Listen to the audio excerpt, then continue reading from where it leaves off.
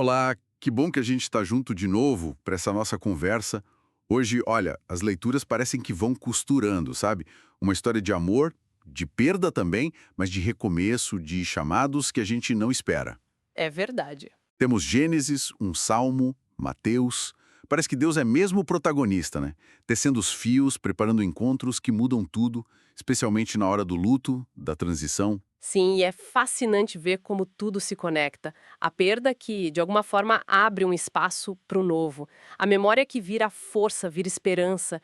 E, claro, a misericórdia de Deus que quebra barreiras, né? Que chama todo mundo para perto. Exato. Acho que essa reflexão pode iluminar um pouco como Deus age na vida da gente também. Com certeza. Bom, vamos começar lá com Abraão, em Gênesis. Uma cena forte, né? Ele de luto pela Sara.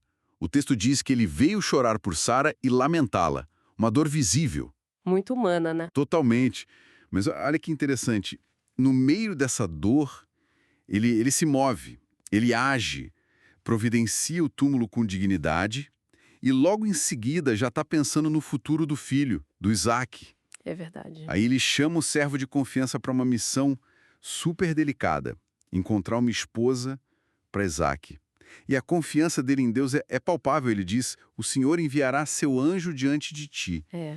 É uma fé muito concreta. É um ponto muito bonito esse. É o que a gente podia chamar, talvez, de um luto ativo, sabe? Ele sente a dor, ele chora, ele lamenta, isso é importante, viver o luto. Sim, Mas ele não fica paralisado. Ele honra a Sara, o passado, mas ele continua caminhando, confiando na promessa. A fé dele o impulsiona a agir, a tomar decisões práticas, mesmo as mais difíceis. puxa, luto ativo. Gostei disso. Quer dizer, a gente precisa desse equilíbrio, né? De sentir a dor do que passou, mas manter o coração aberto para o que Deus pode estar preparando. Exatamente. Permitir-se sentir sem culpa, sabe?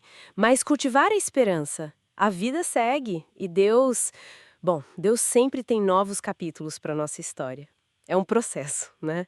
Não é fácil, mas a fé ajuda a gente a caminhar nesse fio da navalha. E falando em força para caminhar, o Salmo 105 que a gente lê hoje, ele meio que dá uma dica de onde buscar essa força, né? Sim, total. Ele convida, dai graças ao Senhor porque Ele é bom. E depois, lembrem-se das maravilhas que Ele fez.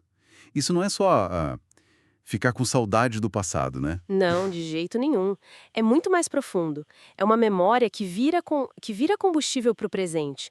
Quando a gente lembra das ações concretas de Deus na nossa vida, das maravilhas, como diz o Salmo. Uhum. Isso fortalece a nossa confiança para hoje. Quem lembra do que Deus já fez dificilmente se desespera totalmente no meio da dificuldade, sabe?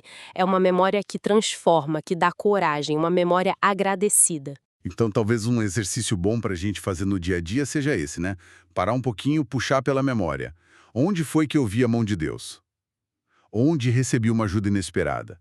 E agradecer. Deixar isso alimentar a esperança. Com certeza. É um exercício espiritual poderoso. E aí a gente chega no Evangelho de Mateus. Uma cena, nossa, impactante.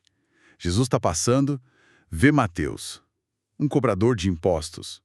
Figura complicadíssima na época. Exato, desprezado, visto como traidor, pecador público. E Jesus simplesmente olha para ele e diz, segue-me. Só isso. Direto, né? Sim. Sem rodeios. E a resposta de Mateus, imediata. Ele levanta e segue. E não para por aí. Ele dá um banquete em casa, Jesus está lá comendo com ele e com outros considerados pecadores. O que, o que essa resposta rápida de Mateus sugere para a gente? Olha, talvez sugira que já existia ali um vazio, uma busca, sabe? Algo que o chamado de Jesus tocou na hora. Mas o ponto central mesmo é o que vem depois, a crítica dos fariseus, né? Como é que ele come com essa gente? Sim, a reação de sempre. E a resposta de Jesus é demolidora, no bom sentido. Não vim chamar os justos, mas os pecadores. E ele ainda cita o profeta Oséias, quero misericórdia e não sacrifício. Isso é revolucionário. Totalmente. Jesus está dizendo que o acesso a Deus não depende de um currículo perfeito, de uma pureza ritual.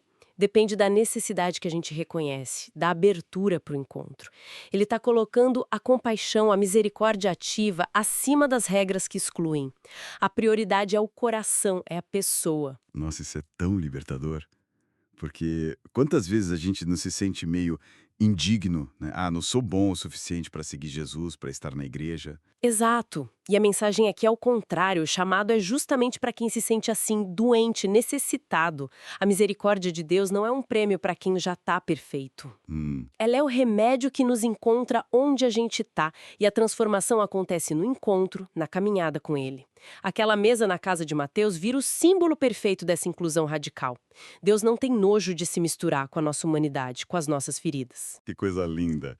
Então, juntando tudo isso que a gente conversou, Gênesis, Salmo, Mateus, o que fica é a imagem de um Deus muito presente, né?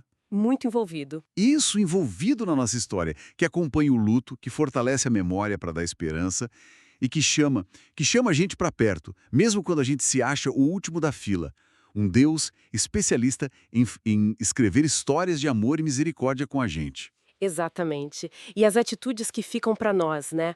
A confiança do Abraão, mesmo na dor, a gratidão que nasce da memória ativa do Salmo e a prática da misericórdia, do acolhimento, como Jesus fez com Mateus. A gente é convidado a ser parceiro de Deus nessa história. Fica então essa reflexão para a gente levar para o nosso dia, né? Como é que eu posso hoje, com gestos concretos, talvez honrando o meu passado sem ficar preso nele, talvez lembrando e agradecendo por uma pequena coisa boa, talvez acolhendo alguém que está se sentindo meio de lado. Como é que eu posso fazer da minha vida um pedacinho bonito dessa história de amor que Deus está escrevendo? É isso aí. Bom, se essa nossa conversa tocou você de alguma forma, fica o convite. Curta, comente aqui embaixo o que você pensou, o que sentiu. A gente gosta muito de saber. E a gente se encontra na próxima. Até a próxima.